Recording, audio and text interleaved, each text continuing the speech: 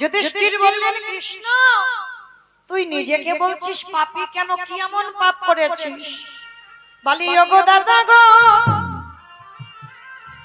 যে পাপ আমি জগতে করিলাম তেমন পাপ জগতে কেউ তো করে না। কৃষ্ণ কি এমন পাপ করেছিস?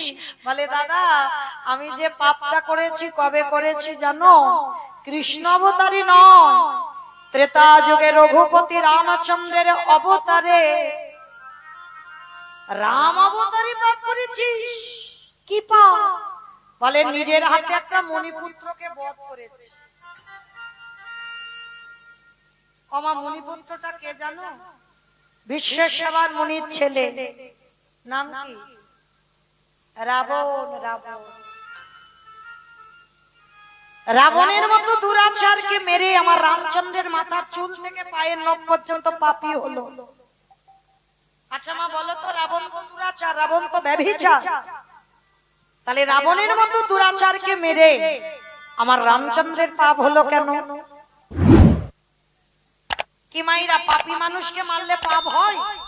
হয় না তো, তাহলে রামচন্দ্রের হলো কেন? হলো কেন? রাবণ কি পাপী ছিল? রাবণের মতো ভক্ত জগতে কেহ নাই। রাবণের দেহটা ওই যে নারকেলের মতো, বাইরেটা কঠিন কিন্তু ভিতরটাই যে ঢুকেছে সে জানে। রাবণ কোনদিন খারাপ ছিল না। আপনারা প্রশ্ন করবেন খারাপ যদি না হলো তাহলে ভগবানের বউকে তুলে নিয়ে গেল কেন? নারী চুরি কারা করে? যারা দুরাচার পাপিষ্ঠ তারা তো নারী হরণ করে। তাহলে রাবণ তো দুরাচার বলে না, রাবণ দুরাচার নয়। যে যেমন ভাবে নেবে বাবা। কেউ যদি মনে করে নারী ভোগে তার কাছে ভোগে, আর কেউ যদি মনে করে নারী সাধনার তার কাছে হয় সাধনা। এইটা তো খেয়াল করতে হবে। রাবণ এমনি এমনি তো আমার সীতামাকে তুলে নিয়ে যায়নি।